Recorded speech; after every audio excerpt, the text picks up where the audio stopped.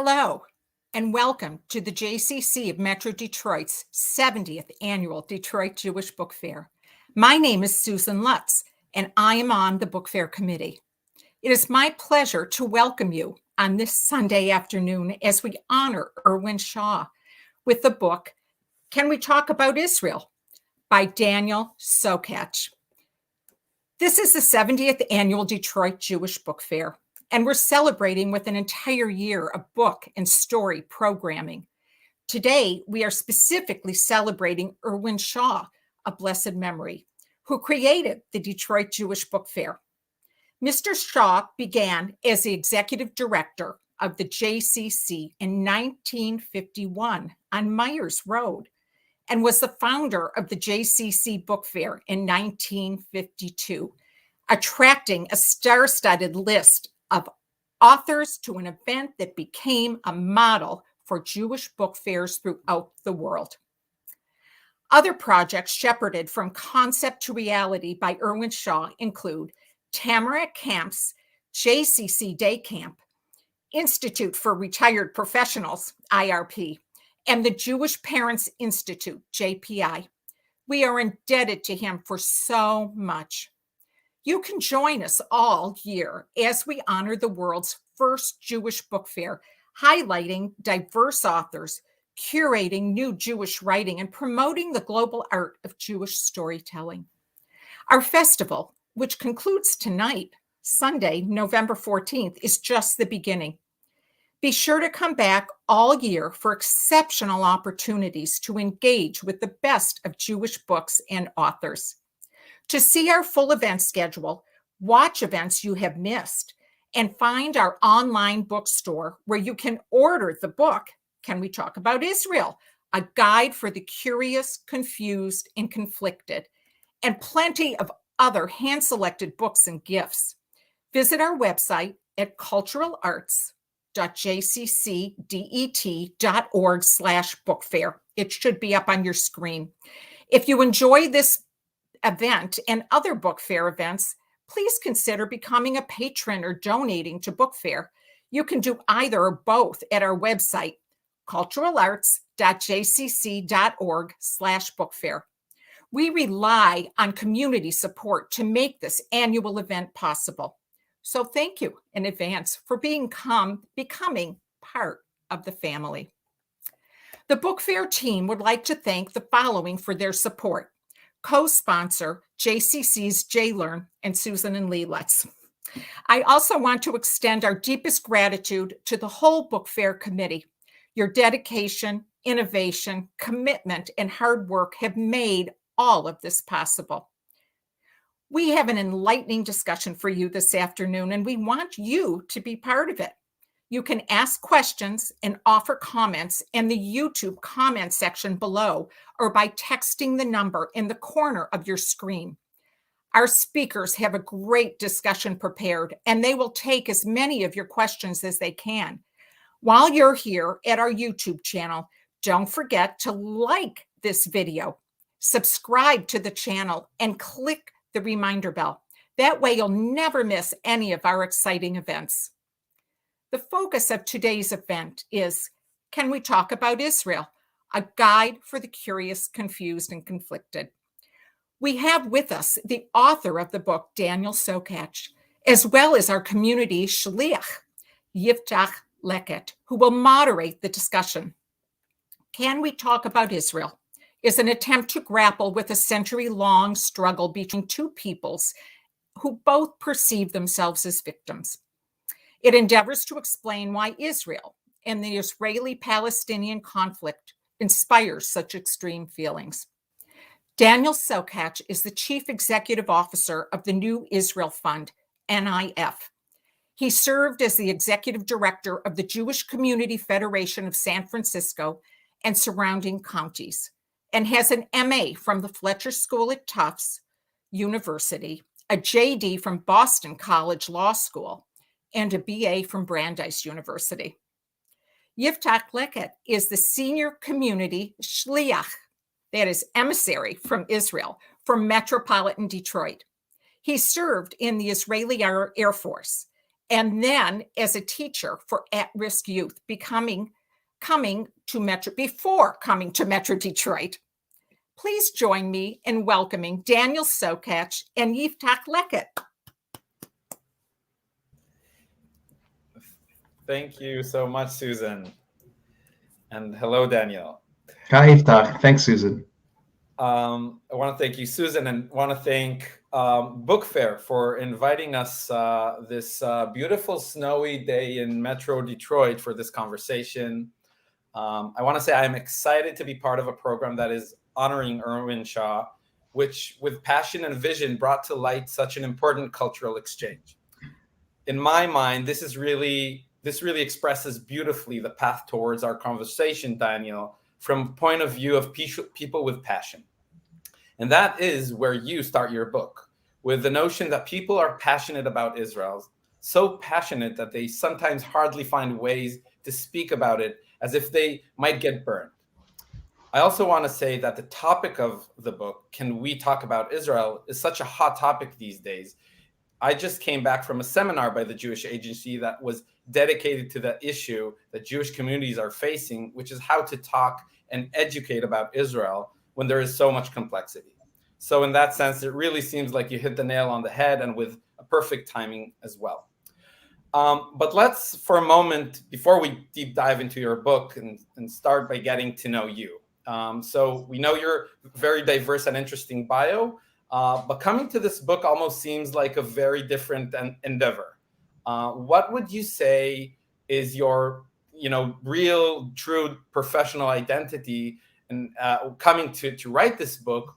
And maybe another question incorporated in that is, what is your relationship with Israel? Why are you so passionate about Israel that you dedicated so much of your career to it? Well, first of all, thanks, Yiftach, and thank you all for joining us. It is an honor to be here at this sort of special near closing session for the book festival. And I wish we could all be together in person, but hopefully that will be coming soon enough. So the answer to your two questions is really the same answer, Yiftach, as I think you suspected in the way you asked it. I first went. I'm the product of a liberal Jewish American family. I grew up not so far away from Detroit, on the other end of the Midwest in Cincinnati. And when I was 16 years old, went with my family on a trip to Israel, and that was it for me. I was hooked, and I went back the following summer. This is long before Birthright, and this is in the mid 80s. I went back again for one of these summer programs that high schoolers could go on, and as I said, that was it for the rest of my life, for the rest of my my academic career, and my professional career. I've really been engaged with these issues, and I think that's also, I'm a good example of why people feel so strongly, right? This for me was as much about sort of my identity as an American, as a Jew, and as a person who came to see the conflict there as one in which many of us have real responsibilities and connections. And I think that it was my own journey, which I try to detail a bit of in the book, in recognizing that this really was a central part of my life, as it is for many American Jews. But in a way, it was also a recognition of the fact that things are changing and things are different for many young American Jews, people younger than me. My kids, I have a daughter in college, a daughter in high school, and for them and for their generation, the idea of that you would wrestle with Israel, which was, as we say in Hebrew, muvan melav, sort of an obvious thing for many American Jews of my generation, the Gen Xers, and certainly the people who came before me.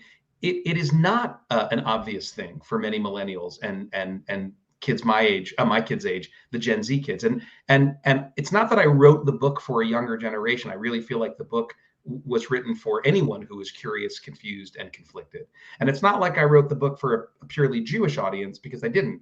But in my mind and in my heart as I was writing were my kids and people their age, young people in their 20s, in their teens, but also in their 30s, who are coming into relationship with this idea and recognizing that it is a terribly difficult one to sometimes grapple with. Thank you. So you kind of lead me to the next question, because the Israel-Palestinian conflict has been for a while. But you wrote this book recently. I mean, Yeah. why now? What's the urgency right now that you feel? Well, again, as you say, it's totally connected to your first questions. I've been the CEO of the New Israel Fund, which is the largest organization working for equality and democracy for all Israelis, for 12 years now. And in that time, I've noticed in my conversations with not just Americans and not just Jews, but with people all over the world who feel some sense of connection to Israel, I have seen and felt that those bonds are beginning to fray in many cases, especially but not exclusively amongst young people. And it seemed to me that that there might be some other contribution that I could make. If I'm being totally honest in answering your question, this was my wife's idea. My wife's, as I like to say, a real author. She's written 9 books, most of which are for young adult. She's been on the Jewish book circuit for some of these novels. But she used to say to me, "You really ought to write a book to help people sort of navigate the Israel issue." And I used to jokingly say, if I wrote about Israel, it would be called a book about Israel. I would call it Israel WTF, why one small country drives so many sane people bonkers. And although that's obviously not the title of the book, part of what I wanted to do was to unpack and try to explain to people why it felt like there were so many emotional landmines across the landscape when it comes to Israel. And I felt that there were really 2 big categories of books about Israel. You and I both know, and the people who've tuned in all know, there's no shortage of books about Israel out there. So indeed, why write another one? Well, I felt that those 2 big categories encompassed most of the books about Israel, and that what I wanted to do was a bit different. Category 1 are what I'm going to call advocacy pieces. That's what they used to call them in law school. And these can be moderate books, or they can be screeds and polemics, written by sympathizers, supporters, empathizers of one side. I'm using the air quotes because I think the question of sides is a complicated one, and there are many perspectives. But basically, you can find books from the camps to this conflict, which perhaps subtly, perhaps stridently, are really advocacy pieces, encouraging people to have sympathy, empathy, support for one of the 2 sides, based on the notion that really one of the 2 sides to this is right or more right than the other. So that's sort of category number 1, right? I mean, by the way, some of these books are clear about their intent. Alan Dershowitz, a few decades ago, wrote a book called The Case for Israel. That's fine. That's not what I wanted to do. Category number 2 are books by experts for experts, by scholars for scholars, by specialists for specialists. And many of these books are excellent, right?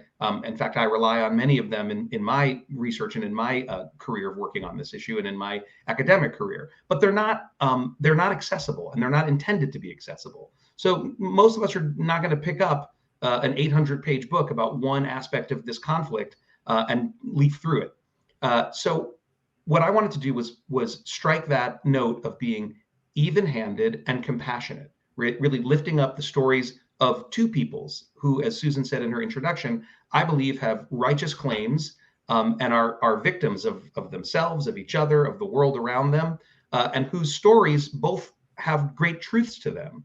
On the one hand, and I come from this position of someone who, as I've been clear, I'm clear in the book and in answer to your question, this is a place that I love and a cause that is the dearest one to my heart. But I wanted to, from that perspective, really hold up both of the 2 stories of the people who are conflicted over this place. And I wanted to do it in a way that was accessible. And that's why, for example, I chose to write it in the style that I did, which hopefully sounds like we're talking just now and not like you're reading a book by a professor written for other professors. And it's why I made choices like having, instead of, you have to have a lot of maps and graphs and charts when you write a book like this. And I had a wonderful artist who's a dear friend draw them. And then he drew some other pictures, illustrations for the book, and sort of pitched the idea to me that we include a few more. And I felt it was beautiful. And it made the book more beautiful and more accessible. And so for those reasons, I thought this book answered a need that didn't currently exist in the landscape in the way that I thought it ought to. So yes, 2 things from what you said. One, definitely the book is very accessible. As an Israeli, not English speaker even, I can say that. And also, I know that you're not, you said honestly, I know you're not afraid of answering also tough questions. You're regular to that. That's I do wanna focus for a moment on the audience, and you touched that a little bit, but maybe you can elaborate a little bit more. Who is the focused audience? Who's the target audience? And also, what do you expect from the audience? Actually, like what is their responsibility in a sense? Well, it turns out that's the most important question that you have to ask yourself when you sit down to write a book like this, right? It's really the third question, but it's the most important. The first question we've already discussed, right? Why do I need to write a book? Writing a book, turns out, at least for me, it's not easy. I actually loved this process. And in one of the great ironies of this terrifying and terrible era that we're hopefully beginning to emerge from, it was because of COVID that I was able to, I travel a lot running the New Israel Fund back and forth between Israel, around the country, to Canada, to the UK. That travel disappeared for 20 months, and I got like 30% of my time back. So I had to ask myself, first, why write the book? Then I had to ask myself, what perspective am I bringing? But those were pretty easy questions, and I mentioned them already. But the most important question is the one that you just asked. Who are you writing for? And not to be glib, but the answer when it came to me was the subtitle of the book, right? The curious, the confused, and the conflicted. The people who may or may not have strong opinions and emotions about Israel, but who are curious and compassionate and open-minded and open-hearted, and who may or may not come from a place of already sort of having a story in their heart and their mind about Israel, but who are open to hearing more, and especially hearing from the other perspective. So that's my audience. And honestly, I think that's an awful lot of people, right? Not only in the Jewish community, also, but not only. People who get that this is really important, and who get that it matters to us as Americans or Canadians or wherever we're engaging from, but who are often too intimidated by both their lack of knowledge and the strong emotions that people in their lives have about this issue, right? So that was my audience, and what I hope that they take away from this, one of the reviews of the book said something that I love. They said, this is a great toolkit, right, to navigate this issue. And that's exactly what I hope they feel they have. I hope they feel in reading this book that no matter what level they come in, to the conversation at, right, whatever their level of knowledge, I hope they come away feeling like, okay, I have a basic grasp of things, and I have a basic grasp of what the biggest, toughest issues are today, right, in late 2021, that sort of bedevil this conflict. And I have a grasp on why those controversial issues are so controversial to so many people. So that's what I hope they take away from it, is a toolkit to allow them to navigate this so that they can have the conversations about Israel. And as you sort of inferred in your comment, maybe if they choose, even play a productive role. And I have a particular idea of what that productive role is, right? Which is to support those Israelis, and whether they're Jewish or Arab, or Druze or other, and those Palestinians who recognize that this is not a zero-sum game, that everybody has to live here, and that the only way forward is to try to build some kind of shared vision that accepts that there's got to be compromise, that there's got to be sacrifice, but that also recognizes that both peoples have a right to be here, and nobody's going anywhere, nor should they be forced to. So interesting. You said the word toolkit. You used that word a couple of times. And in your book, you say you call it a guide. And yeah. I want to ask how did you style this approach of a guide in a way that on one hand, you try to be, you said as fair or objective in a way as much as possible for the audience to choose, to kind of to judge for themselves in a way. Yeah. And on the other hand, you want to guide them. A guide is someone that also brings some notions, some guidance, right? Some agendas. How did you create the book? How does the book, what's the structure even, and what's the style you did this? Yeah, it's another good question, Yiftach. If I had been clever enough to think of toolkit when I was writing the book, I might have used that image. But as I said, that came from one of the reviews of the book. So I did think of it as a bit of a guidebook, and of course, I was playing a little bit with the notion of a guide for the perplexed, right? Sort of an inside joke for the Jewish community, because this is certainly a perplexing and vexing issue. But you're right, and again, one of my favorite critiques of the book thus far has been in an interview on a podcast. I think the guy liked the book. It was a positive interview, but he called it at one point. He said, "You're irritatingly even-handed," and I thought, I'll take it. Now, being even-handed doesn't mean that you don't. It doesn't mean that you're being remote, right? It doesn't. It does. We sometimes think being even-handed means that a person is not being proximate to the conflict. So for me, you're right. Like I have a clear position, and I stated it a few minutes ago, right? That both parties to this conflict have rights. That both parties need to have those rights respected. So I say that at the beginning of the book in the introduction, right? And the next where I give sort of an introduction to me and my perspective and why I did this and how I come at this question.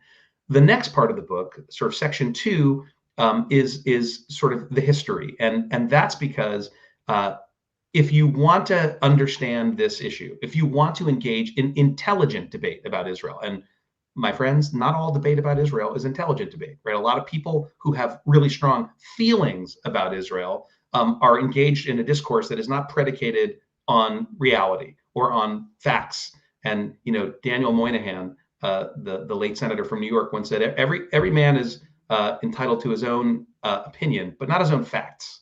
Right. And so what I try to do in this section is provide those facts for people to be able to, as you say, sort of use that as a tool to sort of figure out what you think about this. Now, in doing so, I say things that no doubt will upset the partisans of both of the sides of the conflict, but so be it.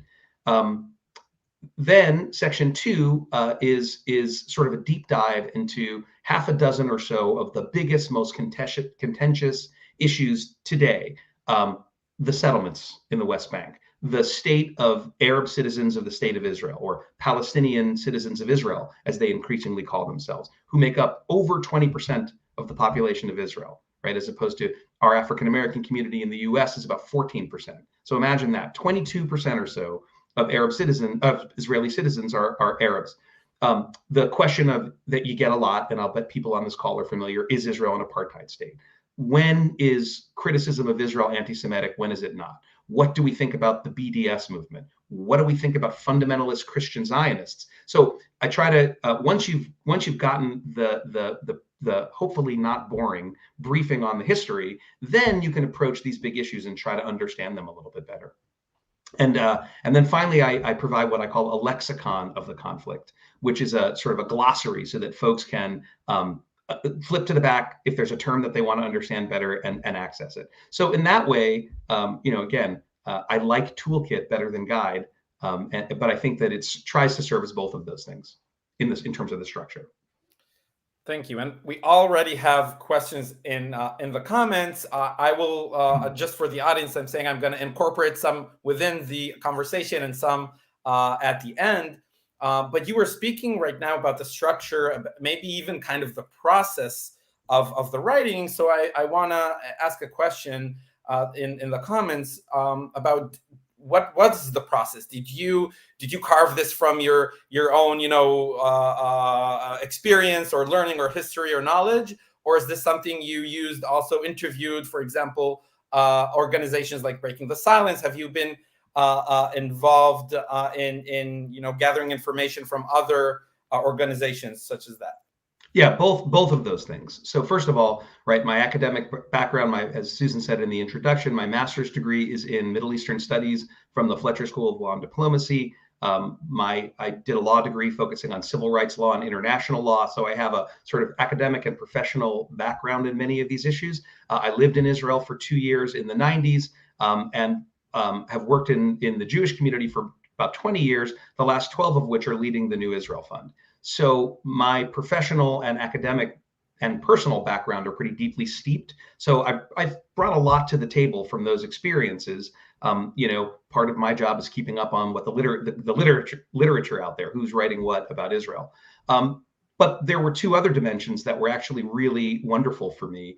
And as I said, partly made possible because of the time carved out because of the pandemic. and the changes that wrought. I think if it hadn't been for that, bizarrely, I probably wouldn't be doing this conversation until another 2 or 3 years, because it's hard to write a book when you have a big day job. But so one part of that was doing additional research, and that's a real pleasure to be able to sort of just go and read deeply and think deeply about the issues, to talk to people. And one of the real wonderful benefits of my position is that I had access to U.S. peace negotiators from the Oslo period, to Israeli peace negotiators from the Oslo period, to Palestinian nonviolent activists in Ramallah. And so before the pandemic, I was able to go and sit with people in Washington, in Tel Aviv or Jerusalem or Ramallah, and talk to them and interview them, often with the illustrator Christopher Noxon with me, sort of sketching as this took place, which was a fun episode. And so really it was I brought all of those things to bear in writing the book. And yeah, as those of you who have read the book or hopefully will read it will see, in the final chapter, I sort of hand the microphone over to 3 activists, people I know who happen to be grantees of the New Israel Fund. One a Jewish religious Israeli, one an Arab Israeli woman, one not an Israeli, but the first person to receive political asylum and refugee status in Israel. And I let them sort of talk about their vision and their hope for Israel. And those voices, right? Those are 3 representatives of thousands of voices of civil society activists in Israel who sort of echo through the book in many ways. So now we spoke about the book. Now let's read the book for a moment. And I wanna read out something from the introduction and ask a question. Israel. I mean, is there any other topic on which so many intelligent, educated, and sophisticated people express such strongly and passionately held convictions, but about which they actually know so little? The problem is compounded because these people on all sides of the issue think they know what they're talking about. They sincerely believe what they think to be true. And my question is, why is it so hard to change hearts and minds about Israel? We could talk about that all night. Look, I think I don't know if Israel is a unique issue. Maybe it seems that way to us, an American Jew and an Israeli talking to an audience of mostly American Jews, I'm guessing, and some Israelis. So we understand, I think, intuitively why it's such a big deal for so many of us, and it goes beyond our communities. Look, I think it's different for different groups of people. For Israelis, let's stipulate it's a big deal for Israelis. That makes a lot of sense. I didn't write the book primarily with an Israeli audience in mind for obvious reasons. Ari Shavit wrote a book a few years ago, My Promised Land, an Israeli, who also wrote a book not for an Israeli audience, because a lot of the discourse is happening outside of Israel. As for why Americans feel so strongly about Israel, look, for Jews, and again, here I'm saying something that probably a lot of people feel quite familiar with, but look, there are the American, there's a chapter in the second part of the book about the history of the American Jewish community's relationship to Israel, and it's a history that begins with the American Jewish community not being supportive of the shuv, of the first, of the initial aliyot from Europe, the movements of the migrations of Jews in the Zionist movement to what was then Palestine. Right, there wasn't support from the American Jewish community. That changed, of course. In fact, there was often opposition. American Jews thought, for the most part, either this was because of sort of a fringe, wacky plan that didn't look realistic and didn't make any sense, that you would try to move Jews from sophisticated modern Europe to an Ottoman backwater, right? And then as things grew, people got a little anxious that in the United States, right, the Jewish community and the leadership in the United States was always quite anxious that Jews never be seen as anything other than loyal Americans, right? So this sort of, this mitigated towards American Jews not being particularly interested in or supportive of the early Zionist movement. Now, this all changes with World War II and the Holocaust, where, of course, the Jewish community in America suddenly finds itself at the center of the Jewish world. The Shuv, the Jewish community in Israel, is still tiny after World War II.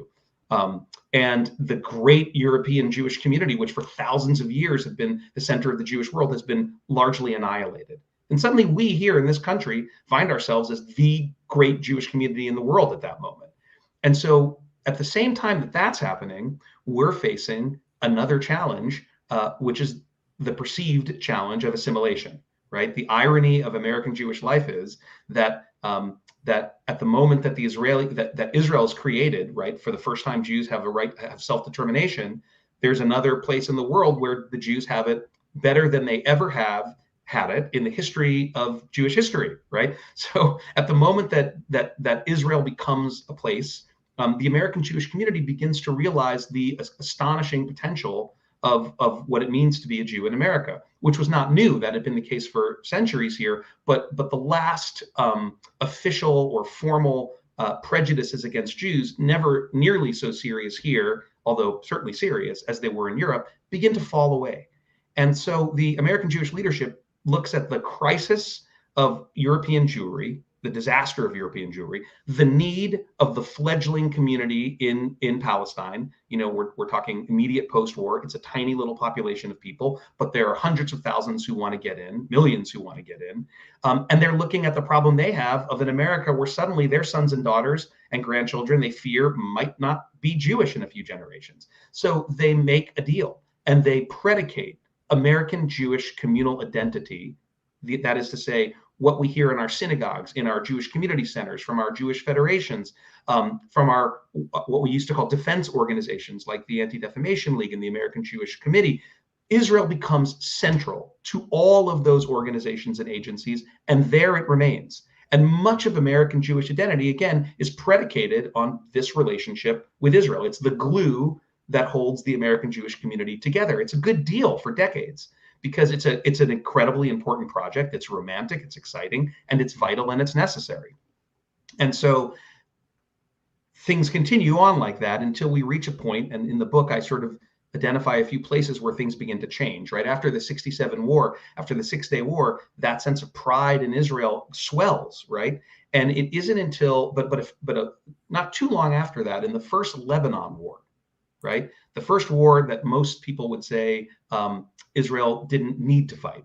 There's a debate about the Sinai War in the 50s, but American Jews suddenly see hundreds of thousands of Israelis protesting that war, in particular, the massacre of Palestinian refugees by Christian militiamen outside of Beirut after the Israeli invasion, while the Israeli army surrounds the camps, allows the militiamen in, and shines spotlights onto the camps. American Jews are watching as their Israeli brothers and sisters are protesting their own government, and ultimately this results in the fall of Menachem Begin. And American Jews have a moment where they say, "Wait a minute, maybe the story of Israel is more complicated than the Leon Uris book that I read."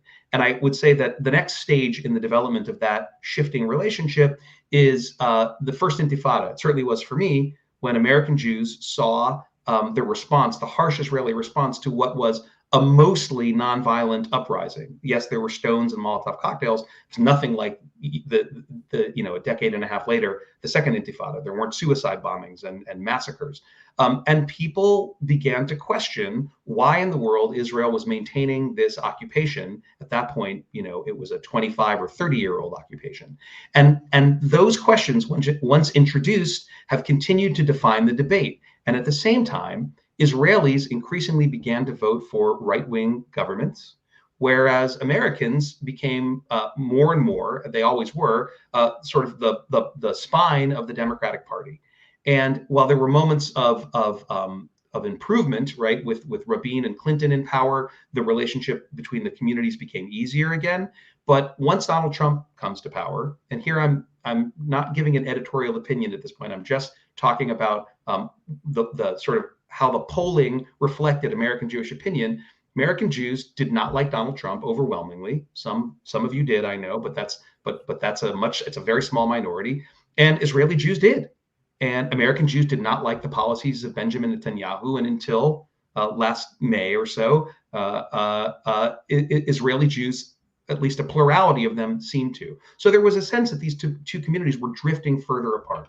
And that's part of why this emotion is so difficult for people to wrestle with, because this is family, it's home. Now, that was a long answer, and I know we need to move on. There's a lot to say about why Christian Zionists feel so dedicated to Israel, and that was well, I think you're going to ask me, because most people do, what did I learn? So let's come back to that if you ask me that question. I'll come back to that a little bit later, but I think it's really interesting because you spoke a lot about the centrality of the conversation or the issue around where it sits with American Jewry, when this is really, you could say, the conflict is in Israel, and you started by saying, when you look at it from a perspective of conflict resolution, I heard a lot of scholars talk about it's actually not different than conflicts, the Irish conflict or other conflicts in the world from a psychological point of view of the parties involved.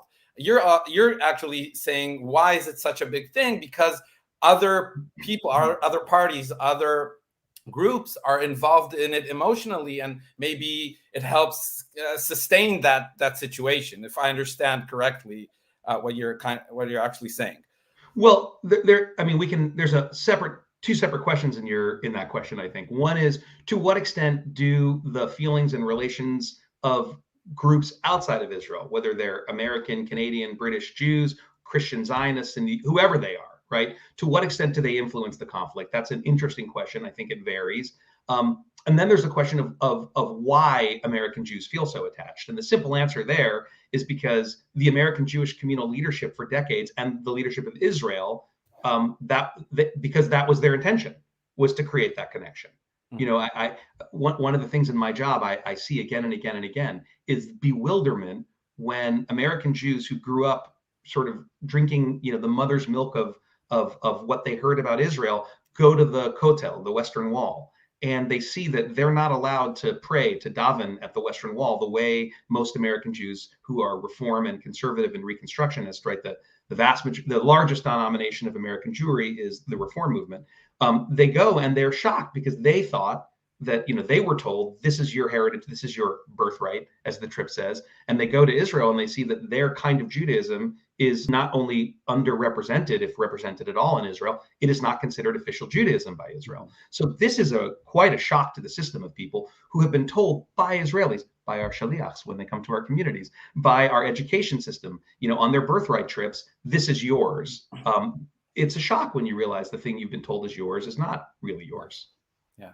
So I want to take, if you're talking about critiques, I want to take a question from the audience. Sure. So I'm just reading this. At the same time that you're talking about these books, Israeli books, there are no books written by Palestinian writers that showcase the Israeli point of view.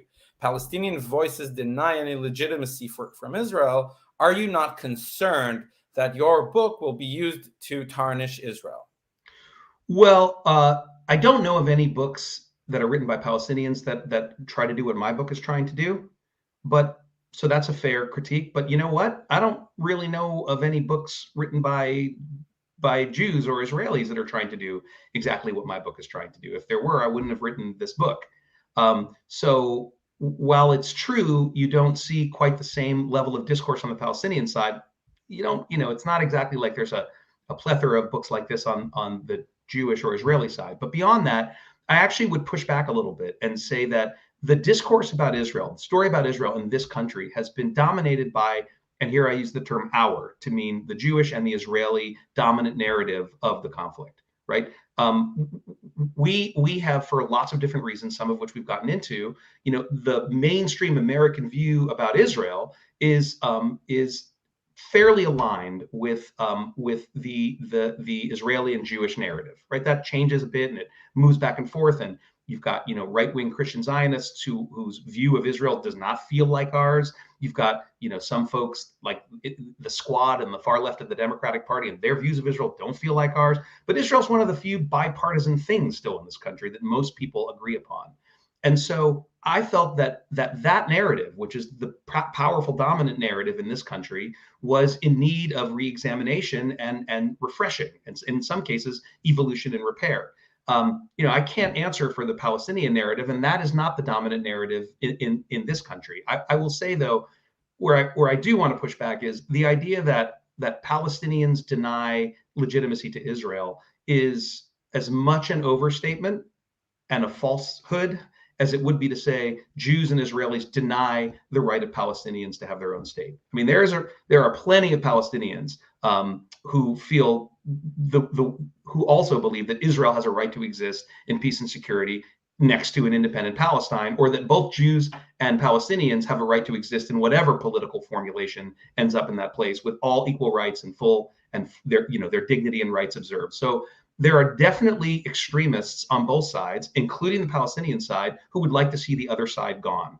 The first chapter of the second part of my book is about some of the tricks that those folks play on the ground in Israel proper, on both sides, trying to erase the other side's history. But it's simply not true that there are no Palestinian voices or Palestinian books that are moderate and reasonable and intelligent, or that there are no Palestinians who would like to see an end to the conflict and some kind of compromise solution that looks an awful lot like the one that most American Jews still support, which, by the way, the two-state solution, which is still the official policy of the United States of America, the government of Israel, the Palestinian Authority, the Arab League, the European Union, and the United Nations. So there are plenty of Palestinians who feel that way as well.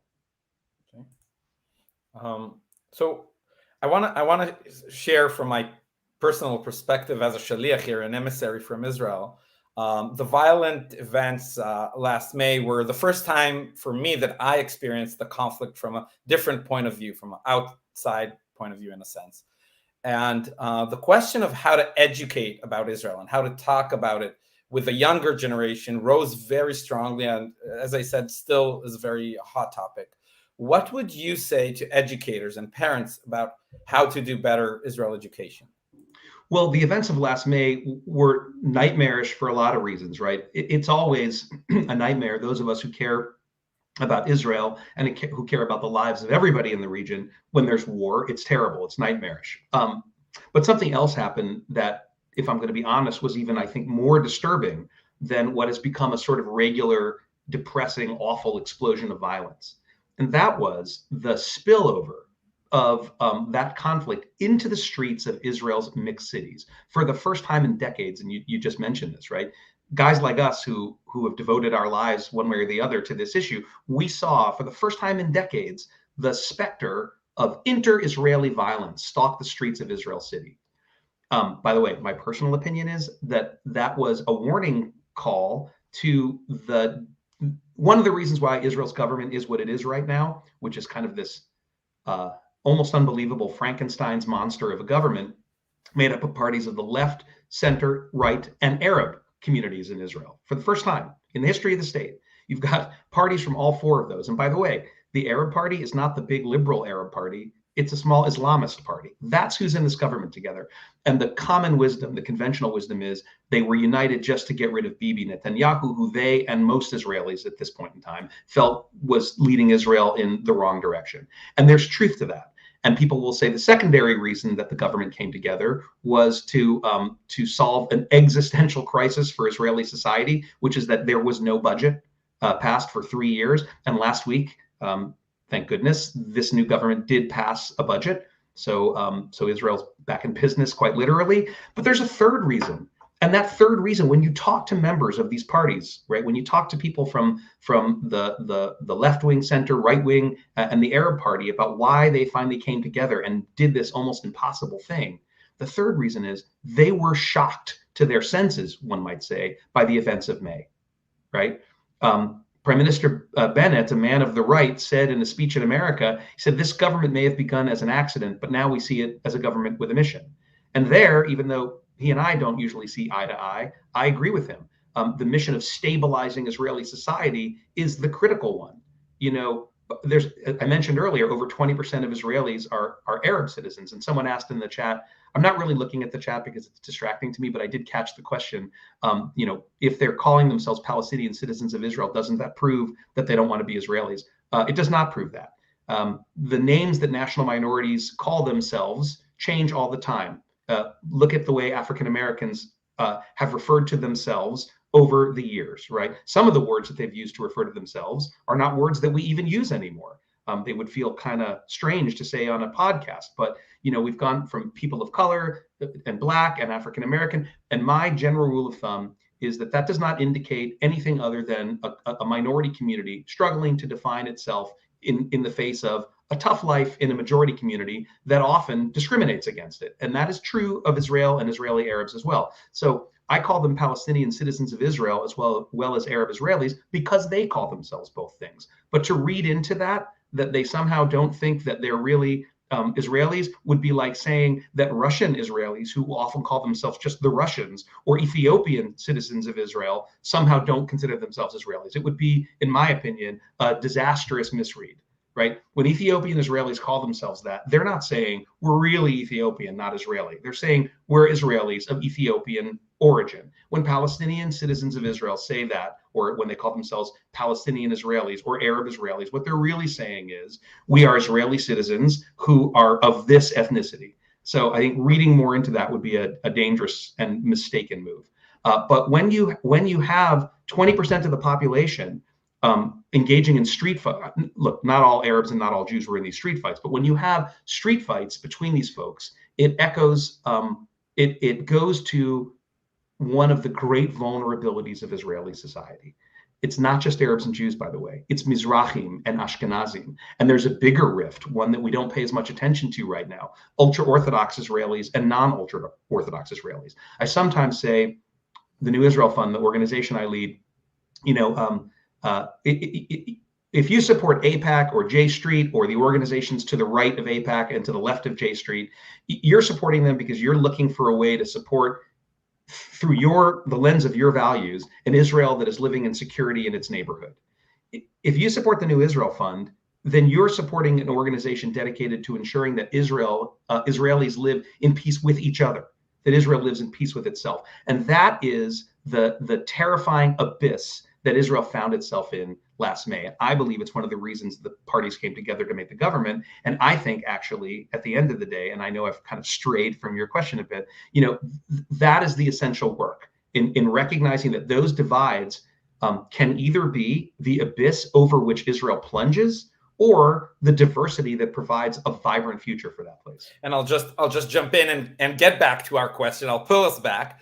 I won't let you go off the hook on that, but just to say, it of course is related or resonates very well with Ruby Rivlin's the tribe speech when he says we have really 4 tribes in Israel, pretty much the same proportion that are going separate one from another, and it's kind of this pendulum motion between being a melting pot society to each of the groups, the minorities, or how you want to call them, have their own schooling system and all of that. And how do you create a society that actually interacts and together?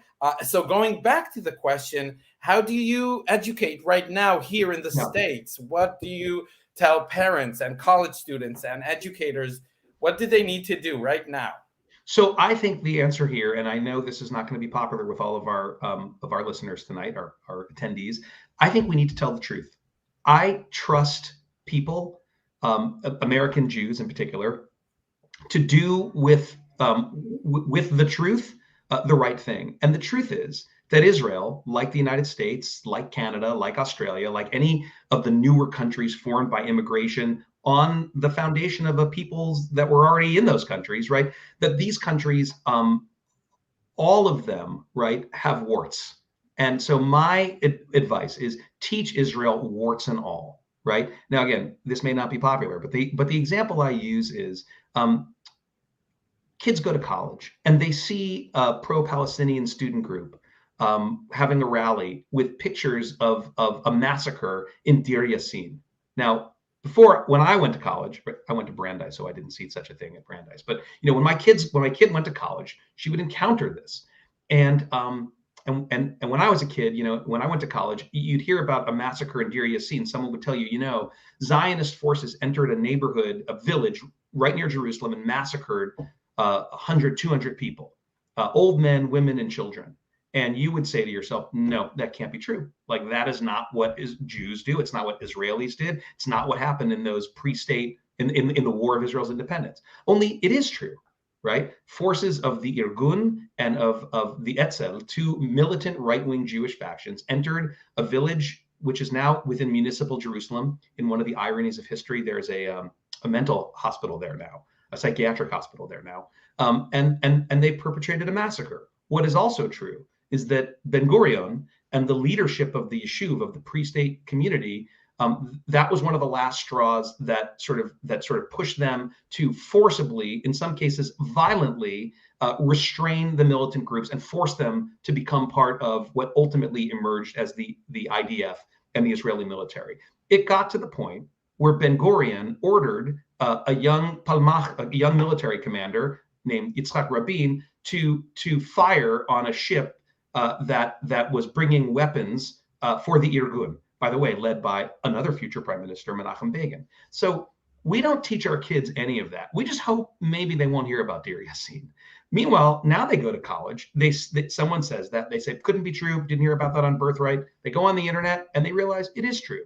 So there are terrible things that happened in Israeli history, painful things, just as there are in American history and in Irish history and in English history and in Canadian history. And learning about those things, learning that there are painful chapters on both sides, by the way, massacres perpetrated against the Jews, massacres perpetrated against Arabs, right? Doesn't change the fact that there are now almost 12 million people who live in that territory. And there are 9.5 million of them or so who are citizens of Israel, and they have to live together. So I want parents and teachers to educate about Israel, right? To educate about what really happened. You can find in the story that I just told a reason to be horrified, but you can also find a reason to be proud. And I think it's better to teach the whole story, to teach Israel warts and all, and then let kids and let American Jews forge a relationship with a real place, not a mythical illusion. And the second thing I'll say, which is a little controversial, is that if the official line out of Jerusalem is you have to support Israel no matter what it does or says, when some of those policies are contrary to American foreign policy, to international law, to what many Israelis and what many American Jews think, that is not a way to engage young American Jews in the discourse, right? It didn't used to be that way, right? But if you conflate, for example, purposefully, as Israel has done, the boycott, divestment, and sanction movement, which is a movement that tries to cast Israel as South Africa, throw it out of the community of nations, with the desire of some people not to purchase settlement goods and services because they feel that the settlements in the West Bank are terrible for Israeli democracy as well as for Palestinians and against international law. If you say those two things are the same thing, one, you're not being honest. Two, you're driving away a generation of people who say, oh, so if being pro-Israel means I have to support the settlements, I'm not pro-Israel. And I think that's a terrible mistake. So we're almost at the end of our time, which we can, of course, talk, I think, hours and hours long more. I want to put two questions together for like the final round. So say, first of all, yes, what is your insight about the conflict from writing the book? What did you learn from this process? And also your last chapter is the case for hope. Yeah. What do you see hopeful in the situation right now? Where is hope? Okay, so first one is easy. You learn a lot of things when you write a book, but the most interesting chapter for me on a personal level was the one that I mentioned which is called Red Cows in the Heartland, I believe.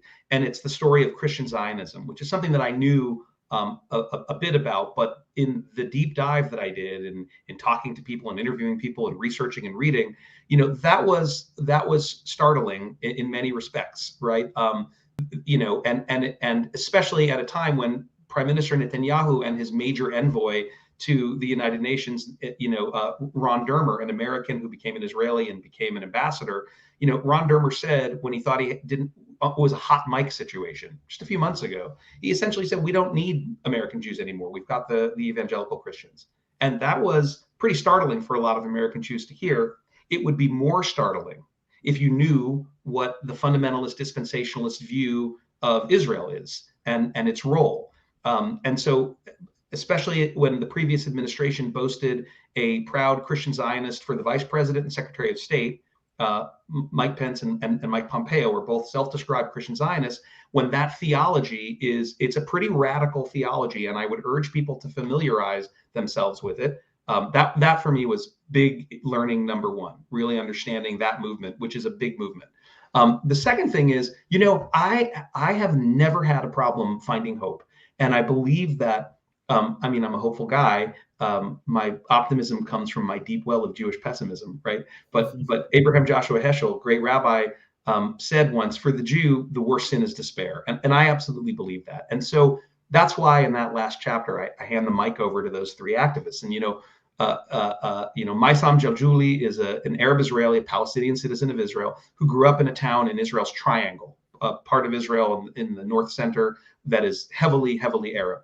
And when she was a girl, Meir Kahane, who was an American-born radical racist, who was ultimately banned by Yitzhak Shamir's government from running for Knesset because he was considered under Israeli law to be a racist and an inciter. He led a group of his followers, ultra radical racist folks who were calling for Arabs to be expelled from the state of Israel. Not Palestinians from the West Bank, mind you, Arab citizens of Israel. He led a march to her village, and she was terrified. This kid, 13, 14 years old. And the villagers decided they would stand at the gate to protest this march. And as she stood there, she suddenly started to see cars and buses arrive from neighboring Jewish villages and communities and moshavim and kibbutzim. And suddenly hundreds of Israeli Jews were standing shoulder to shoulder with the villagers to prevent the Kahanists from entering the village. And she wrote, that day, we, Arabs and Jews, Israeli citizens, said no to letting Kahana come in, and said no to letting the idea of Kahanism come in, a racism that is, to the village. And that shaped her vision. And in her life moving forward, she has always, even when things are really hard as an activist and a feminist, that's the vision of Israel that shapes her career as an activist. The second person I hand the mic to is a guy called Mutassim Ali. And I said earlier, he was the first he's a Darfurian, as a Sudanese guy from Darfur. Family was engulfed in the horrific genocide. He escaped, got himself to Israel, walking to Israel. He has not seen his parents since that day. Spent years in a detention camp in Cholot, applying for political asylum. The powers that be didn't really want to grant political asylum to these sub-Saharan Africans, but an Israeli grassroots movement of Israeli Jews and Arabs supported the efforts of these people. He got refugee status. He was released from the detention center. He went to law school. He became the first refugee immigrant human rights lawyer representing people in Israel trying to find political asylum. And when you ask him why he went to Israel, he said, because I knew from American Jews that they cared about what was happening in Darfur, and I felt the Jewish state would feel that way. And if you ask him, what's your motivation? He says, it's the Declaration of Israeli Independence. And the third person is Gadi Gvaryahu, who is a religious Israeli guy who formed an organization called Tag Ma'ir, which means light tag. And it's a play on words. It was light because it was formed during Hanukkah. And it's a pun in reference to a settler extremist organization called Tag Mahir, which is like a shadowy conspiracy of radical militants who every time they feel any settlement has been in any way, the development of any of the settlement enterprise has been challenged in any way by the government, by the court, by the army, by Palestinian activists, by human rights groups, they attack Palestinians and their property in the West Bank. This, by the way, led up to the horrific murder of a Palestinian boy who was set on fire in the Jerusalem forest a few years ago. I believe there's a Netflix series about this atrocity. Anyway, Gadi Gvaryahu would bring a group of religious Jews to meet with these Palestinian families whose homes had been burned or whose cars had been destroyed or had been attacked. And they always said, yes, you can come. And after the horrific terrorist attack on the synagogue in Har Nof in Jerusalem, where Palestinian terrorists murdered Jews at prayer, the Palestinian families called Gadi Gvaryahu and said, can we pay a visit to the survivors and the families? And the families and the survivors said yes. And thus was born this interfaith Muslim, Jewish, Christian, Arab, Israeli, Palestinian group, Tag Ma'ir, which stands in solidarity after these horrific events, no matter who they're directed at, and says, not in our name. This is the future of Israel in the region. And if you can read that last chapter and not feel hope for the future, you are a tougher character than I am. Wow, thank you so much, Daniel, for ending this with this hopeful notion. This conversation was amazing for me, and I think what I'm taking out of this is that we need to be in discussion, we need to be in dialogue, we need to be open to listen to other perspectives and narratives, and that's the only way to move forward. And hopefully, we will see, peace come to us. So thank you so much. And Susan, back to you. Thanks, Yiftach. I'm in. Thank you, Daniel and Yiftach, for being with us and for such a wonderful discussion. And thank you to all of you at home for joining us. Our next event is Closing Night, featuring Gary Steingart tonight, Sunday, November 14th at 7 p.m. Remember to like this video, subscribe to our YouTube channel, and visit our website, culturalarts.jccdet.org/bookfair for our full schedule and ways to get involved. See you tonight. Bye-bye.